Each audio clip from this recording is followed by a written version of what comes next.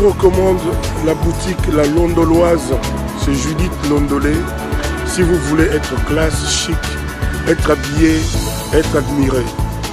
Parole de Mopao Mokonzi.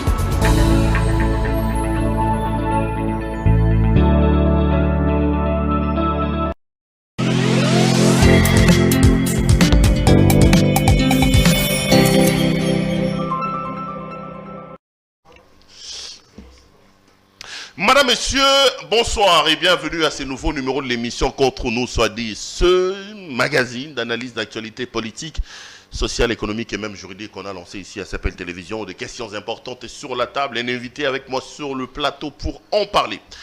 L'actualité dans le pays ou en Afrique reste dominée par la destitution de messieurs Alpha Condé en Guinée-Conakry. Vous le savez, le président guinéen a été démis de ses fonctions avant-hier après un coup d'État mené par le groupement des forces spéciales guinéennes. Que faut-il retenir et pour l'Afrique et pour la République démocratique du Congo? On va en parler. On parlera également de la CENI, toujours pas de président. Ça nous permettra d'ailleurs de bifurquer au niveau des églises et faire un focus sur ce qui se passe dans ces domaines-là. Un invité avec moi sur ce plateau, à la fois journaliste, analyste et politique, mais aussi homme de Dieu, c'est M. Roland Isso. Monsieur Isso, bonjour. Bonjour Perrault. Grand plaisir de vous avoir sur ce plateau et bienvenue à cette émission. Merci beaucoup, je vous en prie. Merci beaucoup, M. Roland Isso. Roland, vous êtes journaliste, vous êtes pasteur, vous êtes analyste. Est-ce qu'il n'y a pas d'incompatibilité dans toutes ces choses-là? Être à la fois pasteur, journaliste, conseiller, politique, comment on fait pour trouver le chemin de l'équilibre quand on porte autant de casquettes que vous? Lorsque vous étudiez la sociologie, il est bien dit l'homme doit être pris dans ses multiples occupations. Quand il est à la maison, il est père. Quand il sort de la maison, il est journaliste. Quand il est à l'église, il est serviteur de Dieu, pasteur, selon la vocation qu'on a reçue du Seigneur. Tout dépend également de la compréhension de ce que vous avez en vous, de ce que Dieu a déposé en vous. Il y a deux sortes de dons que vous pouvez remarquer dans une personne. Et lorsqu'on ne sait pas le focaliser ensemble, le mettre ensemble, et puis travailler sur ça pour que ça vous provienne dans l'avenir, alors on pourra faire la cacophonie et on aura beaucoup de problèmes quant à ce. Alors vous verrez ce qu'on appelle les dons naturels, les dons innés que chacun de nous naît avec. C'est ce que la Bible appelle de talent. Il y en a qui ont reçu un seul talent dans la vie, il y en a qui ont reçu 2, 3, 4, 5.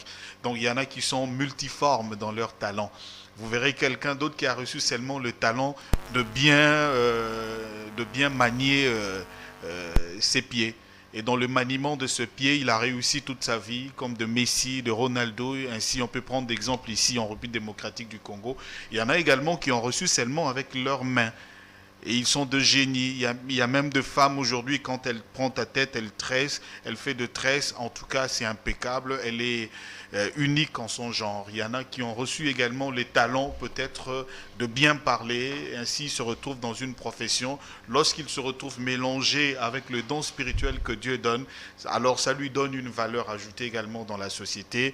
Ajoutez à cela le don, par exemple, de la parole de connaissance, du discernement des esprits, le don d'opérer de miracles, de délivrance, ainsi de suite. Vous verrez que cette personne-là devient un homme accompli selon le plan du Seigneur. Lorsque vous lisez Ephésiens chapitre 4, Jésus est mort, il est monté, il a fait de captifs et il est redescendu, il a donné aux uns comme apôtres, prophètes, évangélistes, pasteurs et docteurs, donc des enseignants de la parole du Seigneur. Ce qui fait que le Seigneur voudrait ainsi pour l'équilibre dans la société. Ce qui fait qu'aujourd'hui, la présence de ce serviteur de Dieu dans la société arrive à une certaine mesure à réguler le mœurs, à réguler beaucoup d'autres choses. On parlera de ça quand on va parler des hommes de Dieu, parce que moi je ne crois pas qu'aujourd'hui la présence des hommes de Dieu régule les mœurs. Quand il faut aller voir où il y a plus de dépravation de mœurs, on peut aller recruter parmi les pasteurs dans les églises. Je vais réserver la deuxième partie de cette émission à ces sujets-là. Mais je posais cette question-là par rapport aux incompatibilités, parce que est-ce qu'un homme de Dieu n'est pas appelé à rester à l'autel, prier pour les âmes du Seigneur, prêcher pour nourrir les brebis de Dieu, où un homme de Dieu peut s'éparpiller, passez-moi cette expression, comme vous le faites, à la fois conseiller dans tel ministère, à la fois directeur des infos à telle chaîne, à la fois journaliste sur tel plateau, à la fois pasteur. Est-ce que Dieu n'appelle pas son homme à se concentrer sur son œuvre plutôt que d'avoir un homme de Dieu éparpillé comme vous l'êtes vous? Vous retrouverez, il y a des gens qui étaient appelés à temps plein, il y avait également ceux qui étaient à temps partiel, qui devraient s'occuper également de talents. Est-ce que la notion du temps plein et de temps partiel, c'est biblique? Est-ce que Dieu n'appelle pas quelqu'un à vouer sa vie à lui? Est-ce que ce n'est pas les hommes, ce n'est pas vous qui avez un peu, vous vous êtes accommodé avec ce qui se passe en disant temps plein, temps partiel? Non, ce n'est pas, c'est une notion tout à fait biblique. Lorsque vous lisez les Saintes Écritures, vous allez comprendre. Parce qu'il y a également dans la Bible, vous retrouverez également le service de diaconat. Ce sont des gens qui sont voués à un tel service et ils ont également le temps de faire autre chose. Moi, je parle du ministère de la parole. Vous parlez du ministère de la parole, du ministère d'autorité. Ouais. Donc, je pense qu'il n'y a pas d'inconvénient là-dessus. Il n'y a pas d'inconvénient. Vous retrouverez un pasteur qui est ingénieur, un pasteur qui est aussi journaliste, il a étudié. Donc il faut étudier. La Bible dit elle-même, ajoutez à votre foi la connaissance. En d'autres termes, si vous lisez d'autres versions de la Bible, on parle de la science. Et la science, c'est ce que toi et moi étions partis une fois à l'IFASIC apprendre, à voir l'art, la profession du journaliste. Et ce qui permet aujourd'hui, avec la parole du Seigneur que nous avons, la vocation que nous avons reçue du Seigneur, ajouter à cela, dans l'exercice de la profession, ça fait de nous des citoyens modèles dans la société. Ok. Pas de citoyens, de gens qui sont dans l'ESM, de l'église du Christ de la maison. Non, mais ça c'est mon église, où je suis prophète, je suis archibishop là-bas. Je vous dirai pourquoi. En passant, je rappelle quand même que le Rola Isso est de ma promotion à l'IFASIC. Et au moins là je peux témoigner. Nous on était en première année de graduat, lui il venait nous prêcher quand on était encore tout jeune là. Et je me rappelle qu'il y avait un culte que tu organisais chaque mercredi à l'église Nouvelle-Jérusalem qui était juste à côté de l'IFASIC. Et on devait prendre 30 minutes de notre 1 heure de pause chaque mercredi où tu enseignais les étudiants, les rares qui acceptaient de venir. Mais non, il y en avait quand même qui venaient des fois. Quand je pouvais, j'ai percé également. Donc c'était notre aumônier à l'université. Donc c'est vraiment un homme de Dieu, je voudrais bien le témoigner. Alors Roland, vous êtes un acteur médiatique, un analyste de la scène politique nationale et internationale. Il y a eu un coup d'État en Guinée-Conakry. L'armée a déposé le président Alpha Condé. Il y a des rumeurs à gauche et à droite, des commentaires. Quelle est votre analyse par rapport à cette situation? Il y en a qui disent que c'est mérité. D'autres pensent que non, c'est un recul contre la démocratie en Afrique.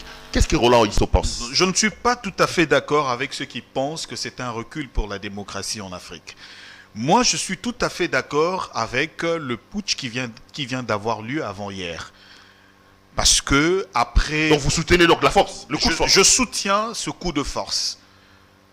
Par moment, il faut recadrer les hommes politiques.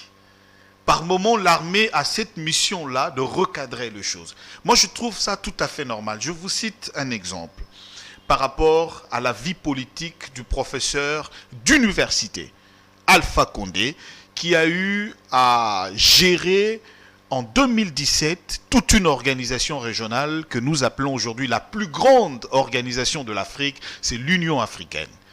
Président en exercice de l'Union africaine en 2017. Il passe les commandes au président rwandais Paul Kadhafi. J'étais dans la salle. Paul Kagame.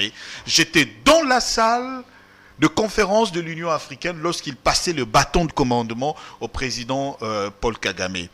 Le président Alpha Condé était un donneur de leçons. Il a donné de leçons au président Kabila qui devrait organiser les élections démocratiques, qui devait quitter le pouvoir. Parce que lui-même promettait dans son allocation de quitter, d'organiser les élections et de quitter, qu'il ne briguerait pas un 3e mandat.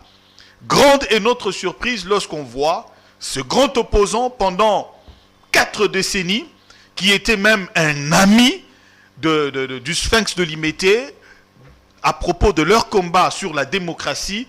Aujourd'hui, Alpha Condé au pouvoir, il va reviser la Constitution justement pour y ajouter un 3e mandat. Quelle leçon donnons-nous à ce peuple? Quelle leçon donnons-nous à l'Afrique? Parce qu'on a eu un moment à être dirigeant de l'Afrique et aujourd'hui, on se rabaisse jusqu'à ce niveau-là parce qu'on doit occuper un 3e mandat. Pourquoi la vie politique du président sénégalais, qui est Abdou Diouf, qui a été pendant longtemps secrétaire général de la francophonie, ne peut-elle pas enseigner à tout ce président qui arrive? Remarquez, tous les donneurs de leçons africains qui étaient deux opposants, lorsqu'ils arrivent au pouvoir, ils deviennent des dictateurs. Ils deviennent eux-mêmes ceux qui le reprochaient aux autres. Non, mais le président, j'en viens, le président Ouadé, le pouvoir, c'est la sorcellerie. Ministre d'État sénégalais, en son temps, il arrive ici vers les années 90, conflit Maréchal Mobutu Tshisekedi, c'est lui le donneur de leçons. C'est lui qui sortira le fameux mot que les politiciens zaïrois n'ont pas de maturité politique. Arrivé au pouvoir, Ouadé a voulu faire la même chose, briguer encore un autre mandat, alors qu'il ne pouvait pas. Alors, on arrive, le président va reviser la constitution pour un troisième mandat. Lui qui a promis de laisser, lui qui est un démocrate. Il est tout à fait normal que le peuple guinéen ne pouvait plus supporter. Regardez la clameur au niveau de la population. Est-ce pour autant qu'il faut justifier le coup de force? Est-ce que vous pensez qu'on peut... on peut gérer une injustice par une injustice? C'est ça aussi la question. Je ne pense. Est-ce qu'on peut résoudre l'injustice par l'injustice? La seule question est celle-ci. Si l'armée n'avait pas réagi, quel serait aujourd'hui le sort du peuple guinéen? C'est la question à laquelle il faut répondre. Ça veut dire Alpha Condé continuerait à régner en maître.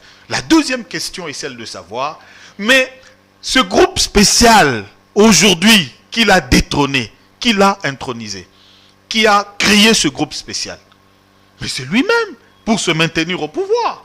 Alors pourquoi ne pas dire coup de chapeau à ce groupe spécial, parce qu'il ne s'est pas soumis aux exigences du professeur Alpha Condé, parce qu'il se disait, je brigue un troisième mandat, à côté de moi, j'ai une armée très bien organisée que je viens de mettre en place. Ça doit nous donner de leçons. L'Afrique subsaharienne, pourquoi ça ne marche pas en Afrique? Pourquoi le pouvoir doit autant enivrer le dirigeant africain? Et lorsque vous regardez, pratiquement on fait le bilan, c'est zéro. Moins zéro. On est beau parleur, mais dans la réalisation, nous n'en sommes pas là. Je donne un autre exemple. Aujourd'hui, dans les réseaux sociaux, pratiquement, les gens veulent camoufler la vraie raison de ce putsch. Les gens disent non, c'est parce qu'il avait fait une sortie médiatique, il a humilié le président François Hollande, c'est parce qu'il avait une sortie médiatique, il a eu des échanges à couteau tiré entre lui et son homologue ivoirien. On dit que c'est la France qui est derrière. Non, je ne pense pas. Quand on sait que Doumbouya, c'est quelqu'un qui a servi dans la Légion étrangère française. Mais nous avons... La France n'est pas innocente de ça, quand même. Nous avons aujourd'hui des généraux, des officiers supérieurs expérimentés qui ont été formés où? Dans quelles académies? Aujourd'hui, en République démocratique du Congo, dans d'autres pays, aujourd'hui dans l'armée pratiquement africaine, on retrouve des officiers supérieurs, des officiers généraux qui ont été formés dans les grandes écoles de l'Occident. Il faut le reconnaître. Donc cela ne veut pas dire, ce n'est pas un argumentaire de force pour dire que non, il faut se morfondre en disant que non, c'est la France qui est derrière. Donc quand il y a quelque chose que vous-même, dans la politique intérieure, vous ne savez pas arranger, c'est la France qui est derrière. Quand il s'agit de quelque chose que vous pouvez, une table que vous pouvez déplacer pour essayer de frayer, de donner passage aux autres, vous ne savez pas le faire, et quand l'armée vient le faire, c'est la France qui est derrière ça. Je ne pense pas. À un moment, il faudrait qu'on réfléchisse en grand. Qu'on réfléchisse en grand. Aujourd'hui, pratiquement 6 décennies, depuis les grandes années des indépendances de l'Afrique, des années 60, jusqu'à aujourd'hui, pratiquement observer le pays africain. On ne peut retrouver qu'une poignée de pays modèles aujourd'hui qui évoluent. Je ne peux que peut-être citer à mon endroit le Sénégal et le Ghana. À un moment, le Sénégal a failli basculer. Alors, troisième réflexion, quel est le sort aujourd'hui des organisations régionales de l'Afrique? L'Union africaine, qui est une grande organisation, lorsque Alpha Condé passait à la révision de la Constitution, violait la Constitution, quelle était l'action menée par l'Union africaine? Aucune. Là, je peux encore croire à une organisation sous-régionale, la CEDEAO. Suivez mon regard. Lorsque le président gambien, qui a perdu les élections, a voulu se maintenir au pouvoir. Vous avez vu comment la CEDEAO a réagi. Le président élu a prêté serment à l'ambassade gambienne à Dakar. La CEDEAO a envoyé combien de commandos pour destituer le président qui voulait se maintenir? Le Sénégal a envoyé combien de commandos pour destituer ce président? La CEDEAO ne joue pas quant à ce. Je voudrais qu'on réagisse de cette même façon. Comment le président pouvait-il violer la Constitution? Comment pouvait-il se permettre de reviser la Constitution pour un troisième mandat? Et le peuple, quel serait le sort de ce peuple? Vous n'aimez pas ce peuple ou quoi? Respectons la démocratie ou trouvez un autre mode opératoire, modus operandi en Afrique. Sinon, en ce qui concerne ce putsch qui est arrivé en Guinée-Conakry, je crois que je n'ai pas condamné l'armée. Je crois que j'ai dit aujourd'hui, c'est tout le peuple qui est derrière cette armée. Même le plus grand opposant guinéen aujourd'hui, il prête allégeance à cette armée. Il s'allie derrière l'armée, derrière l'action de l'armée. Ça veut dire que, regardez, observez dans les banlieues. C'est toute la population qui est derrière cette armée. C'est toute la population qui crie au départ. Il y a le véhicule. D'ailleurs, c'est ce groupe spécial-là qui est en train de protéger ce président, qui est en train de protéger Alpha Condé. Sinon, il serait à la merci de la population de Guinéens. Voyez même les images, quand on le transporte dans les rues, on le fait passer de la présidence jusque là où on le garde. On le protège d'ailleurs. Donc, je crois que c'est quand même aussi quelque part, il faut saluer ça, c'est du professionnalisme. Est-ce que ça relance pas les débats sur la pratique de la démocratie en Afrique? Il y en a qui estiment que la démocratie made in Occident n'est pas compatible avec les us et coutumes de nous, Africains. Est-ce que l'Afrique ne doit pas repenser sa démocratie? Est-ce que notre modèle démocratique ne doit-il pas être calqué sur notre conception et notre culture? Parce que Mobutu le disait, hein, la conception d'un chef, par exemple, quand on prend un chef, c'est pas la même quand on est bantou, quand on est africain ou quand on est européen. Est-ce qu'on ne doit pas repenser le modèle de démocratie? Est-ce que l'Afrique ne mérite-t-elle pas d'inventer sa propre démocratie, Roland? Je crois que l'histoire se ressemble. Aujourd'hui, l'Europe a passé un moment d'absolutisme dans la monarchie. Et quand vous regardez aujourd'hui le royaume d'Angleterre, vous pouvez vous rendre compte que l'impérium du pouvoir est là, mais nous sommes dans un régime parlementarisme. Ça veut dire c'est le Premier ministre qui engage, c'est le Premier ministre qui prend de grandes décisions pour le gouvernement. Et la reine, la famille royale, règne, mais la famille royale ne prend pas aussi de décisions. Il y a une parcelle de responsabilité qui engage cette famille royale par rapport à la politique de l'Angleterre sur le plan international. Lorsque on évolue, aller dans le royaume de Belgique, vous verrez que c'est le Premier ministre qui prend des décisions, c'est lui le chef du gouvernement. On est dans le parlementarisme. Donc je crois que ça ne pose pas problème. Aujourd'hui en France, Monaco reste encore une monarchie. Vous voyez comment les choses évoluent. Lorsque vous allez dans d'autres continents, sous d'autres cieux, vous verrez que les choses vont bon train. Le problème de l'Africain, c'est le problème d'homme. Comment aujourd'hui, je suis nommé ministre, après 2 mois, je suis devenu millionnaire? Quelle incompatibilité! Comment aujourd'hui, je suis nommé chef d'entreprise, après 2 mois, je deviens millionnaire. Président, on me chante par-ci, par-là, et je suis constructeur, je suis dans un boom immobilier. Je construis des immeubles à 7 niveaux, des immeubles qui coûtent 5 millions de dollars, 7 millions de dollars, 8 millions de dollars. Je suis devenu millionnaire. Mais où est-ce que j'ai eu cet argent? Comment ai-je fait pour devenir millionnaire en un rien de temps, en si peu de temps? Ça veut dire que le problème de l'homme africain, c'est lui-même. Parce qu'il ne sait pas penser à sa population. Je vous cite un exemple. Je suis passé en 2012 comme attaché de presse du ministre de l'Industrie, petite et moyenne entreprise en ce temps-là. L'évaluation pour créer une mini-industrie et engager au moins 50 ou 100 personnes, vous pouvez évaluer ce peut-être à 50 000 à 100 000 dollars pour une industrie. Mais regardez le vent contraire qui souffle aujourd'hui à Limété. Limété était divisé en 3 parties. La première partie résidentielle, la deuxième partie industrielle et la troisième partie, c'était également une partie qui était comme une partie de dépôt justement de l'industriel, la partie Kingabwa. Mais qu'est-ce que Kingabwa est devenu aujourd'hui?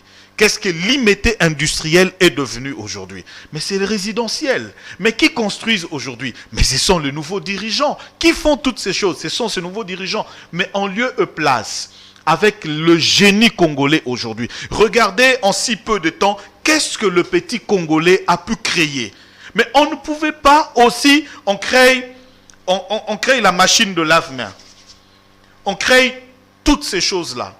Mais il lui faut seulement créer une entreprise mixte que l'État peut avoir en lui donnant 30% de part ou 20% de part comme actionnaire dans cette entreprise-là. Et l'État crée avec l'invention des Congolais. Mais on ne sait pas le faire. On préfère prendre les 100 000 dollars, aller danser le wenge, aller danser le zaïko, on vous chante et vous prenez ce bot d'argent, vous le jetez pour que les gens se disent. Voyez la mentalité du Congolais. Il préfère qu'on l'appelle préso. Il préfère rouler carrosse sur une route... je ne sais comment le dire. Donc, il faut repenser à cette démocratie, mais beaucoup plus essayer de recréer l'homme africain.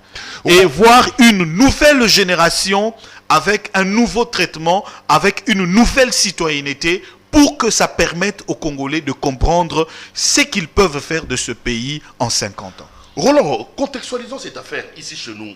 Vous dites comment il s'appelle, de Alpha Condé, que c'était un opposant vieux, il a fait l'opposition 4 décennies pratiquement, il a cristallisé les espoirs de tout un peuple lorsqu'il arrive au pouvoir. Est-ce que le Congo a des leçons à recevoir, à retenir par rapport à ce qui s'est passé en Guinée-Conakry? Quand on sait qu'aujourd'hui, le pouvoir est aussi entre les mains de ce que toi tu appelais les opposants, qui hier aussi donnaient beaucoup de leçons, qui hier aussi cristallisaient les espoirs des Congolais. Est-ce que tu penses que le régime actuel dans le pays a des leçons à tirer par rapport à ce qui s'est passé en Guinée-Conakry? C'est pratiquement similaire, hein, lorsque vous suivez.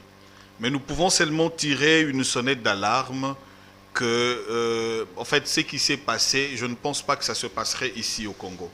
Tu vois, le pays des hommes intègres, avec Blaise Compaoré, quand il a changé la constitution, vous avez vu comment le peuple est arrivé et comment on a dispersé et comment... C'est le peuple qui a joué ce rôle-là important. Aujourd'hui, Blaise Compaoré n'est plus au pouvoir. Après 26 ans de règne, il se retrouve... mis au pouvoir, détrôné, chassé du pouvoir par le peuple. Nous l'avons vécu également ici, 2014-2015, les 3 moments, le 19, le 20 et le 21 janvier.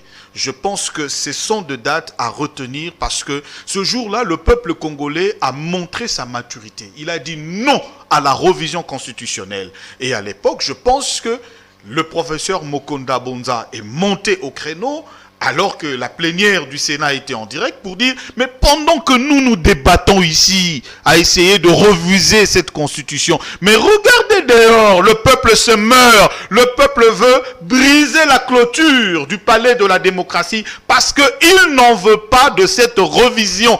Écoutons le souverain primaire.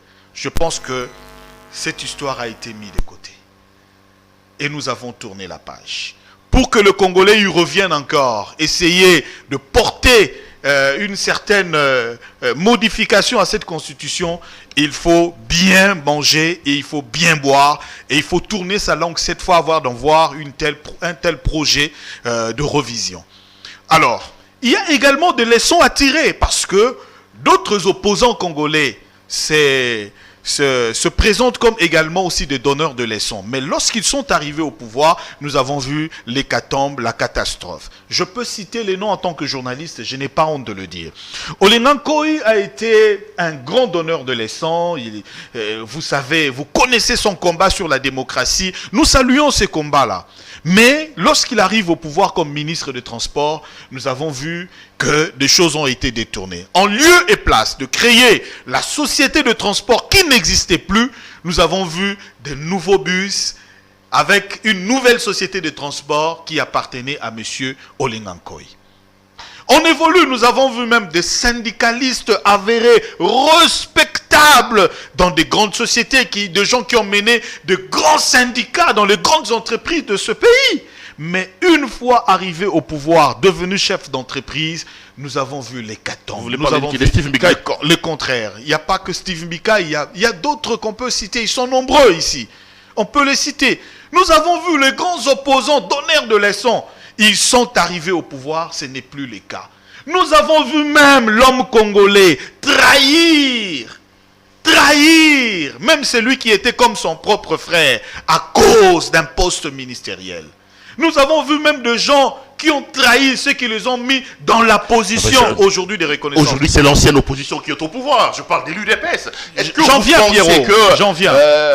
L'UDPS est en train de tordre le cou aux espoirs qu'on a placés sur lui? Est-ce que vous pensez que l'UDPS est sur la bonne voie depuis qu'elle est arrivée au pouvoir? Ou là aussi, vous vous dites, un peu comme Alpha Condé, ils ont combattu pendant 3 décennies, là ils sont en train de décevoir. Je voudrais rester journaliste et dans mes analyses. Lorsque vous essayez aujourd'hui de faire le bilan de l'UDPS depuis qu'il est au pouvoir, il y a 2 choses à encourager et il y a également 2 choses à ne pas encourager. Et nous prions que le cap qui est mis sur 2023 ne soit pas raté. Je suivis la dernière sortie politique le samedi dernier du secrétaire général de l'UDPS qui affirme haut et fort, Augustin Kabouya a dit, il y aura les élections en 2023. Ok. Mais le problème qui se pose, c'est qui organisera ces élections? Qui organisera ces élections? Parce qu'aujourd'hui, en République démocratique du Congo, depuis la mise en place, après Sun City en Afrique du Sud, nous devrions faire un bilan. Depuis la mise en place des institutions d'appui à la démocratie, jusqu'à aujourd'hui, pratiquement ça fait combien d'années? Donc nous devons repenser aux objectifs de Sun City. Les 5 objectifs. Et si vous vérifiez, dans les 5 objectifs, pratiquement, le Congolais est passé outre ces objectifs parce qu'il a la boulimie, il a la soif du pouvoir, il a la soif de l'argent, il a la soif de devenir millionnaire, la soif de devenir riche. Où est une armée républicaine dans ce pays? Lorsqu'on parlerait encore de groupes armés, lorsqu'on parlerait encore de gens qui proviendraient, on a une armée mixte. Mais on avait un objectif, c'est de créer une armée républicaine, que nous n'avons pas jusque-là. Peut-être que dans les jours qui viennent, nous pouvons atteindre cela. L'instauration de l'autorité de l'État à travers les 145 territoires nationaux. Dans le 2 345 000 km², nous avons encore du travail dans ce domaine-là. L'opposition, une opposition républicaine, une opposition qui pense réellement à son peuple. L'opposant de hier est devenu le dirigeant d'aujourd'hui. Il y a également des leçons à tirer. Ne pas suivre ce qu'on a reproché hier, de marcher et d'aller de l'avant. Que dirait aujourd'hui Alpha Condé lorsqu'il se tiendrait devant Kabila, Joseph? Que dirait aujourd'hui Alpha Condé qui donnait des leçons à Kabila devant le perchoir de l'Union africaine? Ce Kabila qui a été vilipendé, c'est lui qui a organisé les élections. Rare de voir un dirigeant africain organiser les élections et accepter de perdre ces élections. Kabila l'a fait. Il a ses défauts à 80%. Mais il faut dire coup de chapeau, il faut applaudir Kabila dans ce contexte-là de l'organisation des élections. Son candidat a été un candidat malheureux, il a perdu, ils ont accepté. Que dirait Alpha Condé devant ce Kabila que lui reprochait? Mais Kabila a organisé des élections en 2018. Mais Alpha Condé a revisé la constitution pour un 3e mandat.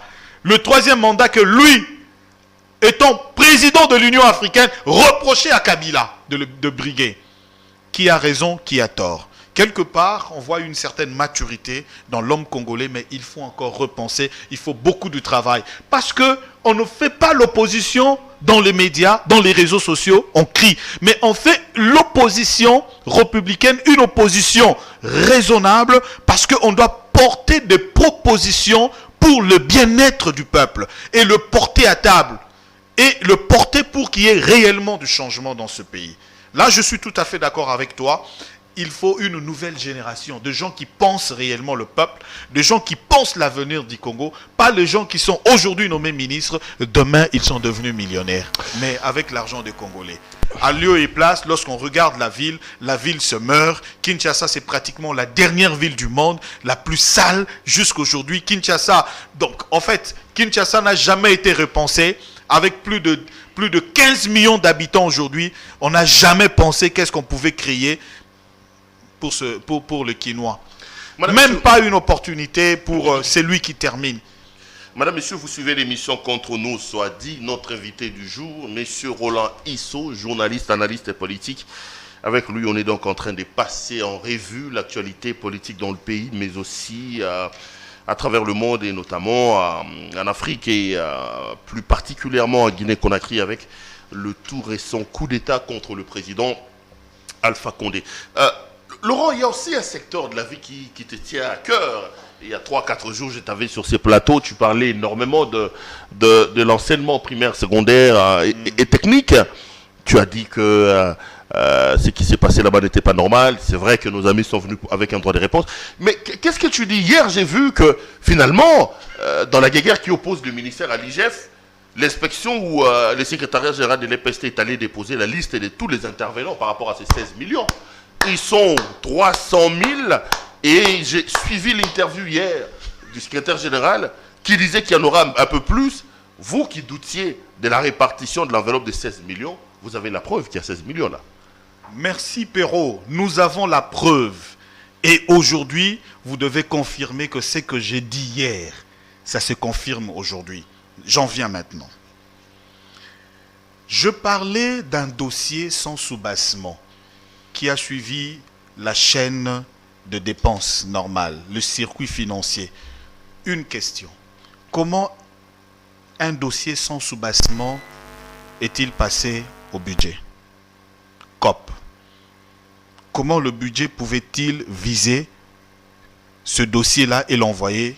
Comment vous dites qu'il n'y avait pas de soubassement? Je viens, on arrive. Pas de liste. On arrive. Deuxièmement, ça passe par le ministère des Finances. Heureusement, c'est bloqué à la Banque centrale, à la BCC, parce qu'il y a les patrouilles financières, il faut le visa de l'IGF. Lorsqu'on regarde aujourd'hui qu'il n'y avait pas de soubassement, on paierait cet argent à qui? Et sur base de quoi le budget a été élaboré? Ils sont passés, mais aujourd'hui on découvre que les listes sont arrivées après. Alors que l'IGF a clôturé le dossier et que l'argent a été renvoyé au trésor public. Dis-moi maintenant, aujourd'hui, ça nous donne le mensonge rattrape que l'IGF avait raison et qu'il n'y avait pas de soubassement. Il n'y avait pas de liste de bénéficiaires. Il n'y en a pas. C'est un 2. Lorsque on parle de 300 000 intervenants dans ce secteur, il y avait combien? J'ai essayé de calculer. Il y a 40 élèves dans chaque local. Il y a 2 surveillants. Et vous retrouverez pratiquement dans la liste, il y a 55 000 locaux. Maintenant, essayez de calculer. 2 surveillants. Vous devez avoir également un secrétaire, un superviseur, le chef des centres. Vous calculez tous ces intervenants-là dans le secteur. Vous trouverez que s'il faut exagérer, vous en arriverez à 110. Ou s'il faut déborder, peut-être 125 000. D'où vient le chiffre 300 000. Les listes qui ont été envoyées, ce sont des listes truquées. L'IGF avait déjà reçu de liste de gens qui ont réellement presté.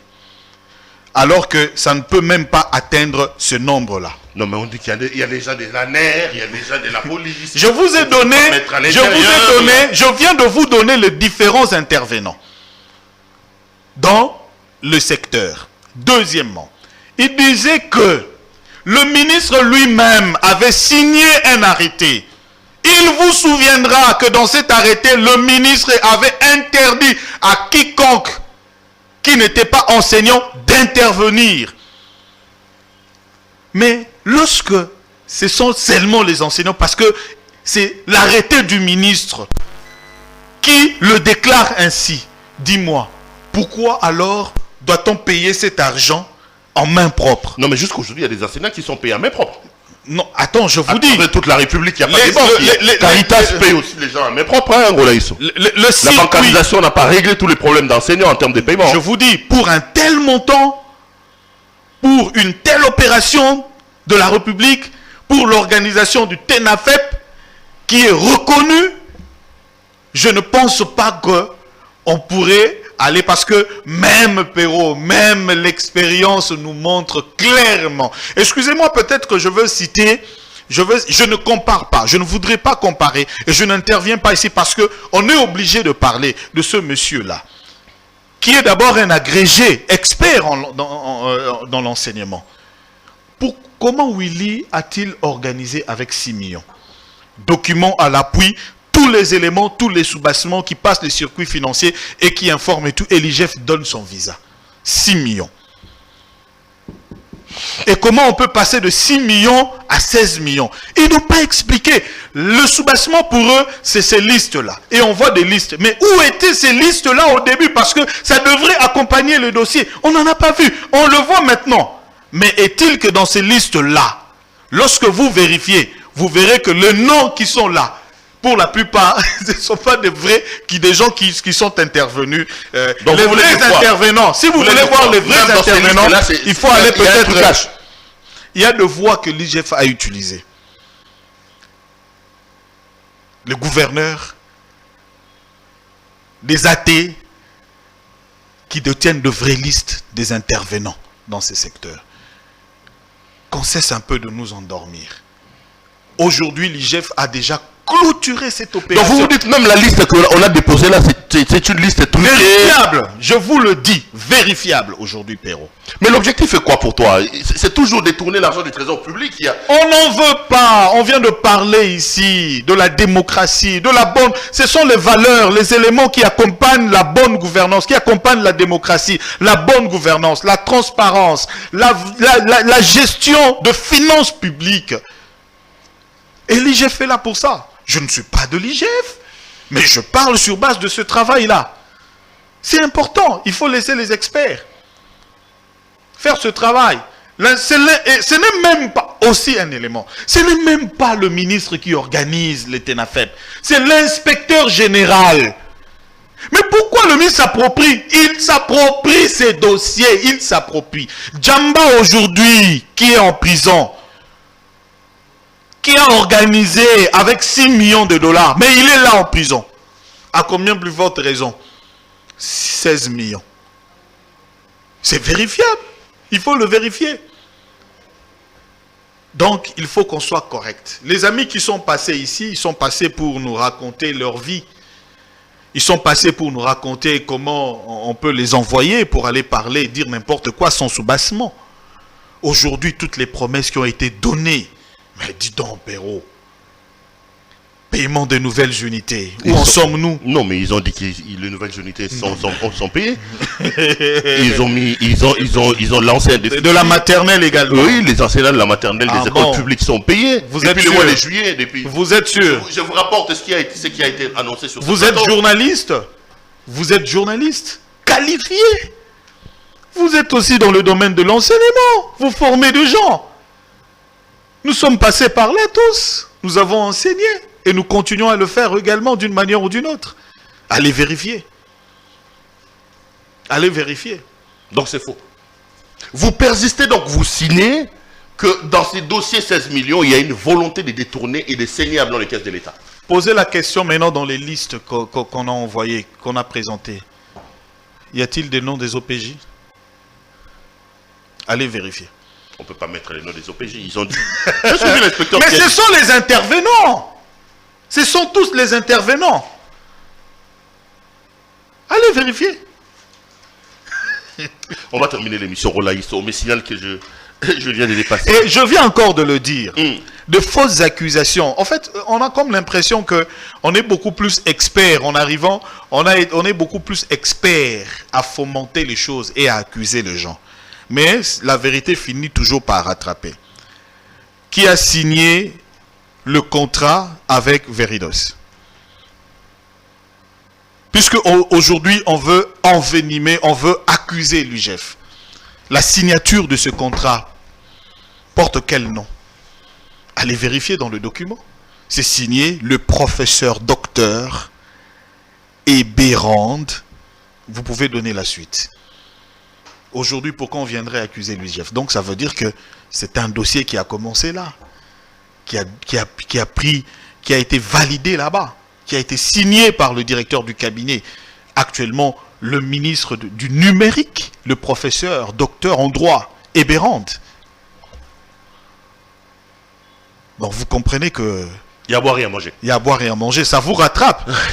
Ah, merci beaucoup. Mentez, comme on dit, il en restera toujours quelque chose. Je ne dis pas qu'on est en train de mentir, je suis en train de... Et il faut demander aussi à l'inspecteur de Kinshasa d'envoyer des listes, parce qu'ils n'ont pas encore envoyé. Voilà, on va peut-être terminer cette émission après, non, c'est ce thème. On n'agit pas sous les effets de la colère, ça il faut dire ça au ministre. D'accord.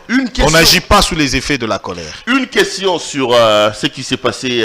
chez le général John Numbi, avant que vous réagissiez dans ce qui se passe dans les églises, armes à feu, photos chez Béa, il y en a qui disent que c'est un montage, d'autres estiment que c'est quelque chose de sérieux. Ça vous inspire quoi, ce qu'on a vu chez le général John Numbi, déguerpissement ou perquisition? Ça dépend de qui veut commenter. Je n'ai pas de mots, mais ça laisse à désirer, ça fait très mal au cœur.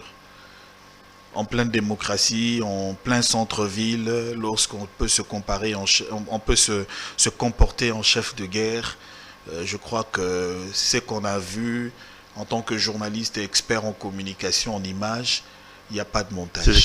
C'est proche parler des montages. Non, je ne pense pas. On peut avoir pris des armes, on a amené chez le général John Numbi, c'est ce que ces proches sont en train de rapporter. Tu sais, quand il y a un montage, on sait le reconnaître. Vous avez suivi le procès Coutinho. Comment le pasteur, aujourd'hui, on doit dire toute la vérité sur l'archibishop. Il doit être blanchi de tout ça, l'archibishop Coutinho. Nous étions là. Nous avons vu les gens entrer avec les armes pour arrêter l'archibishop. Et nous avons vu les gens brandir les armes. Le montage, on sait le reconnaître parce que c'est un bureau qui est fréquenté par tout le monde, le bureau de l'archibishop. Fréquenté par tout le monde. Où est-ce qu'il pouvait cacher les armes? Là, on parle du montage. Et là, on voit que c'est le montage. Quand on prend Tchebeya, on va le jeter de l'autre côté, vers Mikonga. Là, on voit que c'est un montage. Mais quand il y a de fichiers, on sait voir ce fichier-là, ça vient d'où? On n'en avait jamais vu. Et ça laisse à désirer. Il faut ouvrir les enquêtes.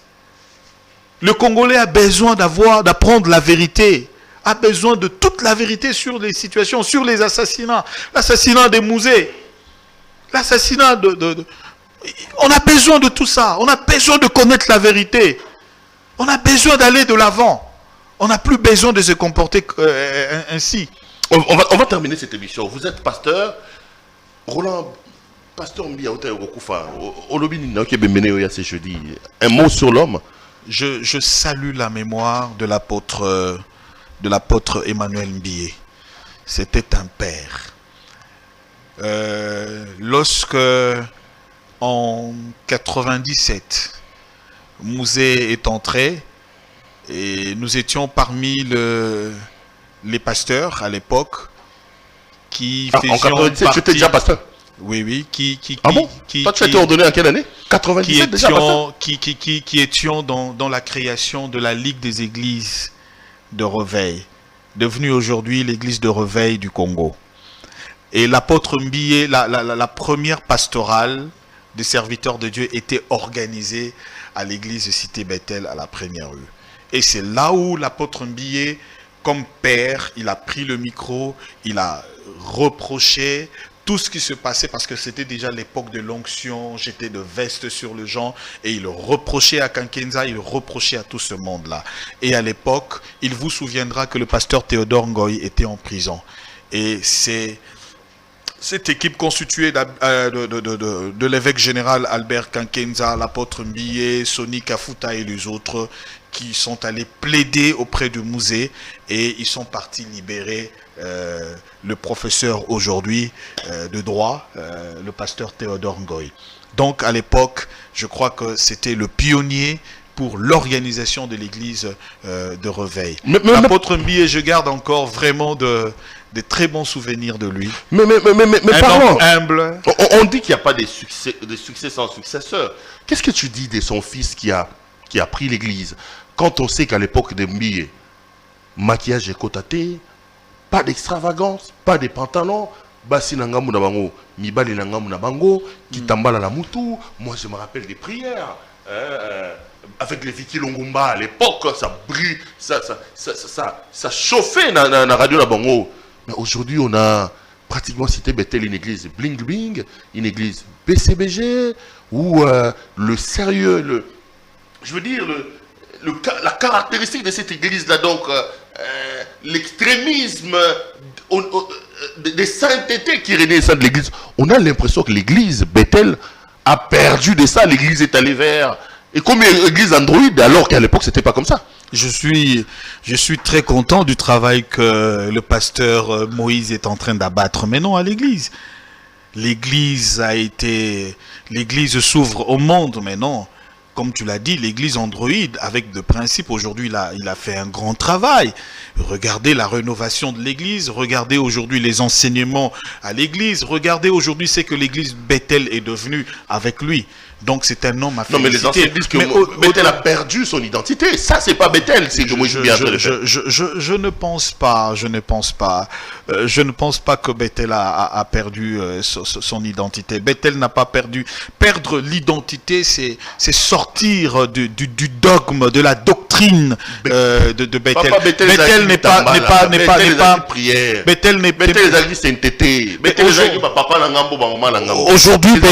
Non, mais est-ce que lorsque nous voulons, évitons beaucoup plus à l'église de faire ce que nous appelons de traduction humaine. Il faut rester dans le principe de la parole du Seigneur. La parole du Seigneur n'a jamais dit l'homme se met à gauche, la femme se met à droite, ainsi de suite. La parole du Seigneur n'a pas dit il faudrait seulement avoir, la femme doit seulement pour aller prier, avoir de mouchoirs de tête. Quand on dit bon, elle doit se couvrir, mais la Bible ajoute la chevelure lui a été donnée pour ça aussi. Donc vous comprenez que la Bible c'est complète. La Bible ne se contredit pas. Et moi je suis fier du travail qu'il a bas. Hormis tout ce que nous entendons, vous savez que c'est un homme. Il a de grandes responsabilités. Mais lorsque nous présentons un homme que Dieu a présenté devant, il faudrait que nous continuions à prier pour lui. Les défauts, ça ne manque pas. Les échardes, ça ne manque pas dans tout homme de Dieu.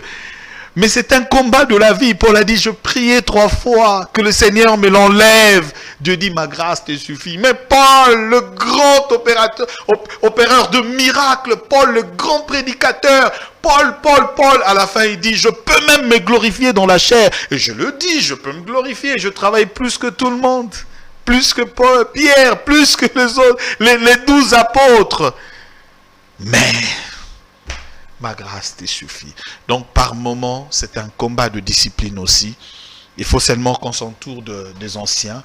Et je crois que ça peut aller. L'église du Congo aujourd'hui, c'est vrai, on a beaucoup à reprocher, mais l'église du Congo fait aussi un grand travail. Ça ne veut pas dire que quand il y a de faux, il n'y a pas de vrai. Tu vas travailler au Denis, c'est ça là tous les jours. Je ne sais pas. Denis, moi j'ai connu Denis Lessi. Moi, je l'ai accompagné parfois dans ces séminaires. Je vous dis, c'est quelqu'un qui a reçu de Dieu la vocation. Ce qu'il est devenu aujourd'hui, je ne sais pas, mais je crois encore en lui. Et je continue à croire en lui, parce que je sais qu'il a la chose de Dieu. Et il est convaincant, ce monsieur. Ah bon? Et nous continuons à prier encore pour lui. Et je demanderai aux enfants du Seigneur de continuer à prier pour lui, parce qu'il y a des gens qui sont passés par lui, des gens qui ont reçu les grâces du Seigneur par lui, les gens qui ont reçu de miracles de Dieu par lui, les gens qui ont reçu beaucoup de choses à travers cet homme de Dieu. Il en est de même aussi pour le pasteur Moïse Mbié. Donc je crois que nous devons toujours rester dans la prière, continuer à prier. Et parce que le combat de l'Église, ce n'est pas un combat physique. Les armes avec lesquelles nous combattons ne sont pas charnelles. Vous comprenez? Donc c'est ça en fait la réalité. Au défendre vraiment bien. Monsieur Sil. Non, je défends la parole, je défends les Écritures. Papa, merci. Ah, Roger c'est un ami. Ah oui, je sais. On a toujours été aussi sur un même plateau. Apoipan et tout ça. On ne veut pas de journalistes occultistes, de journalistes tout ce que vous voulez. Il y en a aussi des journalistes occultistes. Ça existe. Ah bon? Je sais pas. Ça existe. C'est des accusations qu'on reçoit comme ça. Vous aussi, vous accusez aussi les pasteurs comme ça. Ah bon? Oui. Bon, quand un pasteur comme Denis Lessu lui-même dit qu'Azagi n'a pas qu'ici. Quand lui-même dit qu'Abando Bimana ba danseuse na banane, est-ce que c'est moi qui ai mis ça dans sa bouche? Il l'a dit. Il a dit oui? Oui, il a dit. J'ai les images. Oui, il l'a dit. Eh ben, il n'a pas caché. Mais ce que tu as accusé, tant que tu as dit il y a un fait dans le week-end, non, c'est moi. Est-ce que c'est moi qui ai dit ça? C'est Perrault qui a dit. Dans tout n'est pas pasteur. Ngane na kota na bouche à Eliane ba fait no pona lo balega na TV, o lo ba balongola ki ozem. Je vous pose une question. Non, toute la question. Aux arrêts journalistes, ils n'ont répondu pour nous c'est moi qui pose. Ok.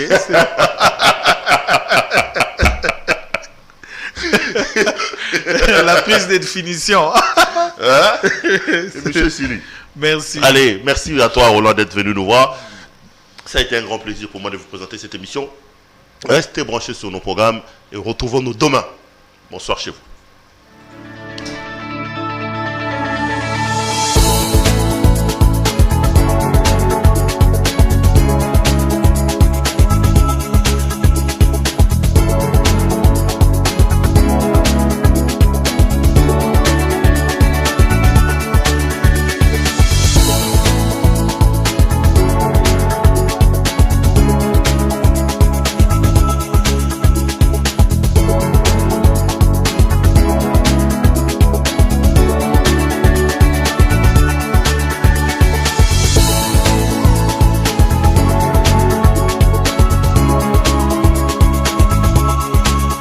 Je vous recommande la boutique La Londoloise, c'est Judith Londolé. Si vous voulez être classe, chic, être habillé, être admiré. Parole de mon Pao Mokonzi.